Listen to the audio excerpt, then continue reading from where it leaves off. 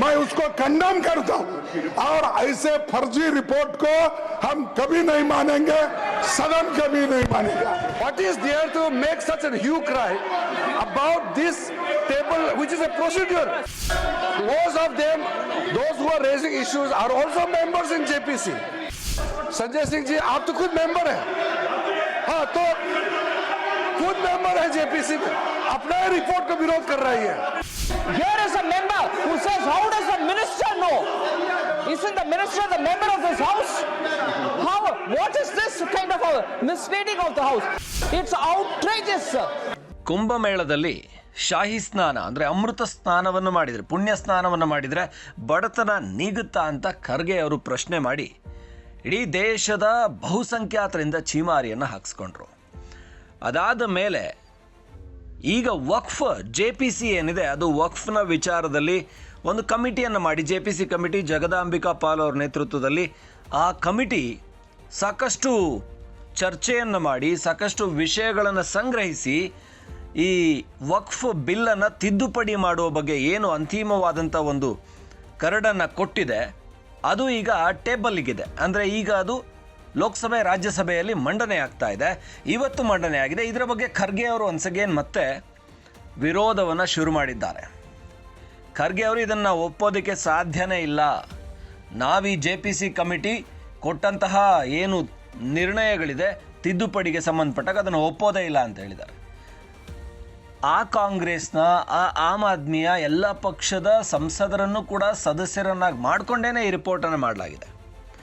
ಆದರೆ ಆ ರಿಪೋರ್ಟನ್ನು ವಿರೋಧಿಸಲಾಗ್ತಾ ಇದೆ. ಯಾಕಂದರೆ ಕಾಂಗ್ರೆಸ್ ಪಕ್ಷ ಯಾವಾಗಲೂ ಕೂಡ ಅಲ್ಪಸಂಖ್ಯಾತರ ಪರ ನಿಂತ್ಕೊಂಡಂಥ ಪಕ್ಷ, ಅದು ಬಹುಸಂಖ್ಯಾತರ ಪರ ಇಲ್ಲವೇ ಇಲ್ಲ. ಕಾಂಗ್ರೆಸ್ ಈಗ ನಿರ್ಣಯ ತಗೋತಾ ಇರೋದು ವಕ್ಫ್ ಈ ರೀತಿ ಮಾಡೋದ್ರಿಂದ, ವಕ್ಫನ್ನು ತಿದ್ದುಪಡಿ ಮಾಡೋದ್ರಿಂದ ದೇಶಾದ್ಯಂತ ದೊಡ್ಡ ಗಲಭೆಗೆ ಕಾರಣ ಆಗುತ್ತೆ ಅಂತ ಖರ್ಗೆ ಅವರು ಹೇಳ್ತಾ ಇದ್ದಾರೆ. ಒಂದು ವರ್ಗವನ್ನು ಇದು ಅನ್ಯಾಯ ಮಾಡೋದಕ್ಕೆ ಹೊರಟಿದ್ದಾರೆ, ಒಂದಷ್ಟು ಜನರ ಹಕ್ಕನ್ನು ಕಸಿಯೋದಕ್ಕೆ ಹೊರಟಿದ್ದಾರೆ. ಇವತ್ತು ವಕ್ಫ್ ಜಾಗ, ನಾಳೆ ಗುರುದ್ವಾರ, ನಾಡಿದ್ದು ಜೈನ ಬಸದಿಗಳು, ಆಮೇಲೆ ಹಿಂದೂ ಮಂದಿರಗಳು, ದೇವಸ್ಥಾನಗಳು, ಈ ರೀತಿ ಎಲ್ಲವನ್ನ ಮುಗಿಸ್ಕೊಂಬರ್ತೀರಾ ಅಂತ ಆಮ್ ಆದ್ಮಿಯ ಸಂಸದ ಹೇಳ್ತಾರೆ. ಅವರು ಕೂಡ ಈ ಕಮಿಟಿಯ ಒಳಗೇನೆ ಇದ್ದವರು. ಸಂಜಯ್ ಸಿಂಗ್ ಈ ಕಮಿಟಿಯ ಒಳಗೆ ಇದ್ಕೊಂಡು ಆ ರಿಪೋರ್ಟನ್ನು ಕಮಿಟಿಯವ್ರು ಸೇರಿಕೊಂಡೇ ಮಾಡಿ ಇವಾಗ ರಾಜ್ಯಸಭೆಯಲ್ಲಿ, ಲೋಕಸಭೆಯಲ್ಲಿ ಅದು ಮಂಡನೆ ಆದಾಗ ಮಾತ್ರ ಅದರ ಬಗ್ಗೆ ವಿರೋಧ ವ್ಯಕ್ತಪಡಿಸ್ತಾ ಇದ್ದಾರೆ. ಯಾಕೆಂದರೆ ಇವರಿಗೆಲ್ಲರಿಗೂ ಕೂಡ ಅಲ್ಪಸಂಖ್ಯಾತ ಮತಗಳು ಬೇಕು. ಇನ್ನು ಮಲ್ಲಿಕಾರ್ಜುನ್ ಖರ್ಗೆ ಅವರಂತೂ ಹಿಂದೂಗಳ ವಿಚಾರದಲ್ಲಿ ಯಾವತ್ತೂ ಈ ರೀತಿ ಮಾತಾಡಿನೇ ಇಲ್ಲ. ಹಿಂದೂಗಳಿಗೆ ಅನ್ಯಾಯ ಆದಾಗ ಅವರು ಮಾತಾಡೋದೇ ಇಲ್ಲ. ಅದು ಎಲ್ರಿಗೂ ಕಾಣಿಸ್ತಾ ಇರುವಂಥ ವಿಚಾರ. ಯಾವತ್ತು ಬಹುಸಂಖ್ಯಾತ ಸಮುದಾಯಕ್ಕೆ ಅನ್ಯಾಯ ಆಗುತ್ತೋ ಅವತ್ತು ಖರ್ಗೆ ಅವರು ದನಿನೇ ಎತ್ತೋದಿಲ್ಲ. ಆದರೆ ಯಾವಾಗ ವಕ್ಫ್ ತಿದ್ದುಪಡಿಗೆ JPC ಕಮಿಟಿ ಆಯಿತು, ಜಾಯಿಂಟ್ ಪಾರ್ಲಿಮೆಂಟ್ರಿ ಕಮಿಟಿ, ಆಗ ಮಾತ್ರ ಅದನ್ನು ವಿರೋಧಿಸ್ತಾ ಇದ್ದಾರೆ. ಅಂದರೆ ಇವರಿಗೆ ಕುಂಭಮೇಳದಲ್ಲಿ ಹೋಗಿ ಪುಣ್ಯಸ್ನಾನ ಮಾಡುವಂಥದ್ದು ಅದು ಹಿಂದೂಗಳ ನಂಬಿಕೆ, ಅದಕ್ಕೆ ವಿರೋಧ ಮಾಡೋದಕ್ಕಾಗುತ್ತೆ. ಆದರೆ ಮುಸಲ್ಮಾನರ ಧಾರ್ಮಿಕ ಸ್ಥಳ ಇದೆಯಲ್ಲ, ವಕ್ಫ್ ಮುಸಲ್ಮಾನರು ಅವರು ದಾನ ಮಾಡಿದಂಥ ಸ್ಥಳ ಇದೆಯಲ್ಲ, ಆ ದಾನ ಮಾಡಿದ ಸ್ಥಳವನ್ನು ಅದು ಕಾನೂನುಬದ್ಧ ಆಗಿದೆಯೋ ಇಲ್ವೋ ಅಂತ ಪರಿಶೀಲನೆ ಮಾಡಿ ಅವ್ರಿಗೆ ಕೊಡಿ. ಸುಮ್ಮನೆ ರೈತರ ಜಮೀನನ್ನು, ಕಂಡು ಜಮೀನನ್ನೆಲ್ಲ ವಕ್ಫ್ ತನ್ನದು ಅಂತ ಹೇಳಿ ಅದನ್ನು ಪಡ್ಕೊಳ್ಳೋದಕ್ಕೆ ಕಾನೂನಿನಲ್ಲಿ ಏನು, ಸಂವಿಧಾನದಲ್ಲಿ ಏನು ಅವಕಾಶ ಮಾಡಿಕೊಡ್ಲಾಗಿದೆ. ಇದರಿಂದ ಭಾಳಷ್ಟು ಜನರಿಗೆ ತೊಂದರೆ ಆಗ್ತಾ ಇದೆ. ಆ ತೊಂದರೆನ ತಪ್ಪಿಸೋಣ ಅಂಥೇಳಿ ಹೊರಟ್ರೆ ಅದಕ್ಕೆ ಮಾತ್ರ ಖರ್ಗೆ ಅವರು ಕಟುವಾಗಿ ವಿರೋಧ ಮಾಡ್ತಾರೆ. ಇದು ಆಗಲೇಬಾರ್ದು, ಇದಕ್ಕೆ ಮತ್ತೊಮ್ಮೆ JPC ಕಮಿಟಿ ಆಗಬೇಕು. ಇದು ಈಗಾಗಲೇ ಎಷ್ಟೋ ಒಳಗಡೆ ನಮ್ಮ ಏನು ಸದಸ್ಯರು ಕೊಟ್ಟಂತಹ ಮಾಹಿತಿಯನ್ನು ಡಿಲೀಟ್ ಮಾಡಲಾಗಿದೆ, ನಮ್ಮ ಸದಸ್ಯರು ಕೆಲವನ್ನು ವಿರೋಧಿಸಿದ್ದಾರೆ ತಿದ್ದುಪಡಿಯಲ್ಲಿ, ಅವನ್ನು ಡಿಲೀಟ್ ಮಾಡಲಾಗಿದೆ ಅಂಥೇಳಿ ಪದೇ ವಿರೋಧ ವ್ಯಕ್ತಪಡಿಸ್ತಾ ಇದ್ದಾರೆ. ಆದರೆ ಅಲ್ಲೇ ಚಾಟಿ ಬೀಸಿದ್ದಾರೆ ಕಾನೂನು ಮತ್ತು ಸಂಸದೀಯ ವ್ಯವಹಾರಗಳ ಸಚಿವ, ಹಾಗೆಯೇ ಅಲ್ಪಸಂಖ್ಯಾತ ಖಾತೆ ಕೂಡ ಅವರ ಅಡಿಯಲ್ಲೇ ಬರುತ್ತೆ, ಕಿರಣ್ ರಿಜಿಜು ಅವರು. ಅವರಿಗೆ ನಿರ್ಮಲಾ ಸೀತಾರಾಮನ್ ಕೂಡ ಸಾಥ್ ಕೊಟ್ಟಿದ್ದಾರೆ. ಮಲ್ಲಿಕಾರ್ಜುನ್ ಖರ್ಗೆ ಅವರಿಗೆ ರಾಜ್ಯಸಭೆಯಲ್ಲೇ ಚಾಟಿ ಬೀಸಿದ್ದಾರೆ. ಇದು ನೀವು ಮಾತಾಡ್ತಾ ಇರುವಂಥದ್ದು ನಿಮ್ಮದೇ ಸದಸ್ಯರುಗಳು ಸೇರಿದಂಥ ಕಮಿಟಿ ಕೊಟ್ಟಂತಹ ವರದಿಯ ಬಗ್ಗೆ. ಈಗ ಯಾಕೆ ಅದರ ಬಗ್ಗೆ ಮಾತಾಡ್ತಾ ಇದ್ದೀರಾ? ವರದಿಯಲ್ಲಿ ಎಲ್ಲವೂ ಕೂಡ ಉಲ್ಲೇಖ ಆಗಿದೆ, ಯಾವುದನ್ನೂ ಡಿಲೀಟ್ ಮಾಡಲಾಗಿಲ್ಲ. ಸುಮ್ಮನೆ ನೀವು ರಾಜ್ಯಸಭೆಯಲ್ಲಿ ಅಥವಾ ಅದು ಮಾಧ್ಯಮಗಳ ಮುಂದೆ ಪ್ರಚಾರಕ್ಕೆ ಬಂದಾಗ ನಾವು ಅಲ್ಪಸಂಖ್ಯಾತರ ಪರ, ನಾವು ಮುಸ್ಲಿಮರ ಪರ ಅಂತ ಬಿಂಬಿಸ್ಕೊಳ್ಳೋದಕ್ಕೆ ಶೋ ಕೊಡ್ತಾ ಇದ್ದೀರಾ ಅನ್ನೋ ರೀತಿಯಲ್ಲಿ ರಾಜ್ಯಸಭೆಯಲ್ಲಿ BJP ಚಾಟಿ ಬೀಸಿದೆ. ಇಲ್ಲಿ ನೇರವಾಗಿ ಕಾಣಿಸುವಂಥದ್ದು ಖರ್ಗೆ ಅವರು ತಮಗೆ ಹಿಂದೂಗಳ ವಿಚಾರ ಬಂದಾಗ ಅವರು ಅಮೃತ ಸ್ನಾನ ಮಾಡ್ತಾರೆ, ಅವರ ನಂಬಿಕೆ ಅಂತ ಬಂದಾಗ ಅದರಿಂದ ಬಡತನ ನಿವಾರಣೆ ಆಗುತ್ತಾ ಅಂತ ಬರ್ತಾರೆ. ಆದರೆ ಮುಸಲ್ಮಾನರ ವಿಚಾರ ಬಂದಾಗ ವಕ್ಫ್ ಬೋರ್ಡ್ನ ಭೂಮಿಯನ್ನು ಕಸಿಯುವಂಥ ವಿಚಾರ, ವಕ್ಫ್ ಬೋರ್ಡ್ ಭೂಮಿ ಇದೆಯಲ್ಲ, ಅದು ವಕ್ಫ್ ಬೋರ್ಡ್ಗೆ ಅಂತೇಳಿ ಬೇರೆ ಬೇರೆ ರೈತರ ಭೂಮಿಯನ್ನು, ಜನಸಾಮಾನ್ಯರ ಭೂಮಿಯನ್ನು, ಸರ್ಕಾರಿ ಶಾಲೆಗಳನ್ನು, ಗೋಮಾಳಗಳನ್ನು ಕಸಿಯೋ ವಿಚಾರ ಬಂದಾಗ ಆಗ ಮಾತ್ರ ಇಲ್ಲ ಇದು ಮುಸಲ್ಮಾನರಿಗೆ ಸೇರಿದ್ದನ್ನು ಕಸಿಯುವಂಥ ಪ್ರಯತ್ನ, ಮುಸಲ್ಮಾನರ ಹಕ್ಕುಗಳನ್ನು ಕಸಿಯಲಾಗ್ತಾ ಇದೆ ಅಂತೇಳಿ ಎದ್ದು ನಿಲ್ತಾರೆ. ಇದು ನೇರವಾಗಿ ಖರ್ಗೆ ಅವರು ಯಾವ ಕಾರಣಕ್ಕೆ ಕಲಬುರಗಿಯಲ್ಲಿ ಸೋತು ಹೋದರು ಅನ್ನೋದನ್ನು ತೋರಿಸ್ತಾ ಇದೆ ಅನಿಸುತ್ತೆ. ಯಾಕಂದರೆ 8 ಬಾರಿ ಗೆದ್ದಂಥ ಗುರುಮಿಟ್ಕಲ್ನಲ್ಲಿ ಸೋತು ಹೋದರು. ಅಂಥ ಗುರುಮಿಟ್ಕಲ್ನಿಂದ ಕಲಬುರಗಿ ಲೋಕಸಭೆಗೆ ಸ್ಪರ್ಧೆ ಮಾಡಿ ಲೋಕಸಭೆಯಲ್ಲಿ ಗೆದ್ದಿದ್ದವರು ಮತ್ತೆ ಕಲಬುರಗಿಯಲ್ಲಿ ಸೋತು ಹೋಗ್ತಾರೆ ಅಂದರೆ ಜನ ಬಹುಸಂಖ್ಯಾತರು ಅವ್ರನ್ನ ಧಿಕ್ಕರಿಸ್ತಾ ಇದ್ದಾರೆ. ಬಹುಸಂಖ್ಯಾತರು ಈಗ ಕಲಬುರಗಿಯಲ್ಲಿ ಲಿಂಗಾಯತ ಮತಗಳು ಬಹುತೇಕ ಇರುವಂಥದ್ದು, ಅವರು ತಿರಸ್ಕರಿಸಿದ್ದಾರೆ ಅಂತ ಅನ್ನಿಸ್ತಾ ಇದೆ. ಒಟ್ಟಾರೆ ಒಬ್ಬ ನಾಯಕನ ಸ್ಟ್ಯಾಂಡ್, ಅದು ಕೂಡ ವಿರೋಧ ಪಕ್ಷದ ನಾಯಕ ಆಗಿ ಪದೇ ಪದೇ ಅವರು ಒಂದು ಬಹುಸಂಖ್ಯಾತ ಸಮುದಾಯದ ವಿರುದ್ಧ ನಿಂತ್ಕೋತಾ ಇದ್ದಾರೆ ಅಂತ ಇಲ್ಲಿ ಅನ್ನಿಸ್ತಾ ಇದೆ. ಇವತ್ತಿನ ಏನು ವಕ್ಫ್ ಮಸೂದೆಯನ್ನು, ತಿದ್ದುಪಡಿಯನ್ನು ಮಂಡನೆ ಮಾಡಿದಾಗ ಭಾರಿ ಬಿಸಿ ಚರ್ಚೆ ಆಗ್ತಾ ಇದೆ. ಇದರಲ್ಲಿ ಕಾಂಗ್ರೆಸ್ಗೆ, BJP ವಿರೋಧ ಪಕ್ಷಗಳಿಗೆ ಸರಿಯಾದ ಕೌಂಟ್ರನ್ನೇ ಕೊಟ್ಟಿದೆ. ಇದು ಇನ್ನಷ್ಟು ಚರ್ಚೆ ಆದ ನಂತರ ಇದನ್ನು ಏನು ಮಸೂದೆ ತಿದ್ದುಪಡಿ ಆಗಿ ಅದೊಂದು ಜಾರಿ ಆಗೋದಕ್ಕೆ ಇನ್ನು ಕೆಲವು ದಿನಗಳಷ್ಟೇ ಬಾಕಿ ಇದೆ.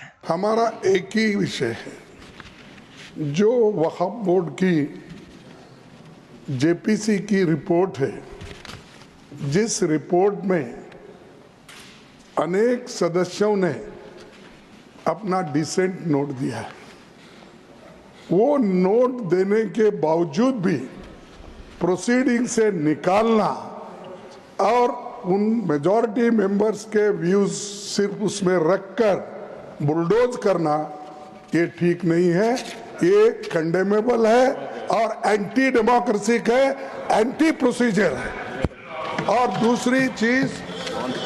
दूसरी चीज नॉन स्टेक होल्डर्स बाहर से बुला के उनको जो होना, उन लोगों को खड़ा करके उनका स्टेटमेंट ले रहे. और जो इतने लोग पार्लियामेंट में जो भी डिसेंट नोट दिए हैं, क्या उसमें कोई एक पढ़ा लिखा नहीं है, कोई जानता नहीं है और वक्फ बोर्ड एक्ट को कोई पढ़ा नहीं है? मेरे को बड़ा ताजुब लग रहा है. अरे आपको अगर कुछ करना भी है तो आप डिसेंट नोट के व्यूज को प्रिंट करके या अपने रिपोर्ट में डाल के बोलना चाहिए. उसके बजाय उसको डिलीट करके अगर कोई रिपोर्ट होती है, मैं उसको कंडेम करता हूं. और ऐसे फर्जी रिपोर्ट को हम कभी नहीं मानेंगे, सदन कभी नहीं मानेगा. और जब प्रोसीजर फॉलो नहीं होती, वो पार्ट ऑफ इस हाउस का विभाग नहीं बन सकता. तो इसीलिए मैं आपसे विनती कर रहा हूं कि उनको डायरेक्शन दीजिए, जो भी रिपोर्ट आई है वो अगर वो रिपोर्ट में डिसेंट व्यूज नहीं है तो उसको वापस भेजिए, निकाल दीजिए. और उसके बाद में फिर एक बार, 2 बार और एक बार आप पुनर्विचार करके उस सभी डिसेंट व्यूज को डाल के आप पेश कीजिए. फिर आगे क्या होता हम देख लेंगे. दूसरी बात sir, There is no deletion, there is no removal of any part of the report. Everything is tabled on the floor of the House.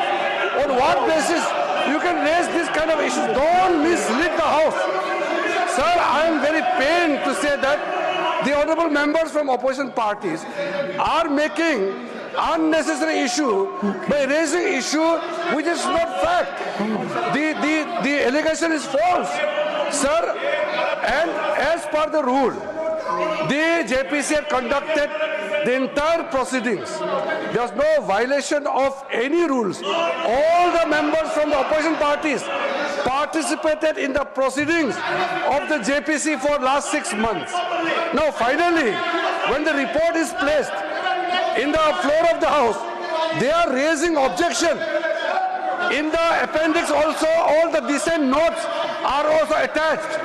All the dissent notes of the opposition parties are also attached and placed on the record of the House. They can't mislead the House in this manner. This is very unfortunate, sir. Honorable Finance Minister, Sir, the Honorable Finance minister Minister. says, the minister has said categorically, and then the clarification about the rules are very clear, but we are being misled in this house as though there's a wrong thing. The minister, in your presence, is saying the truth, and they don't want to even look at.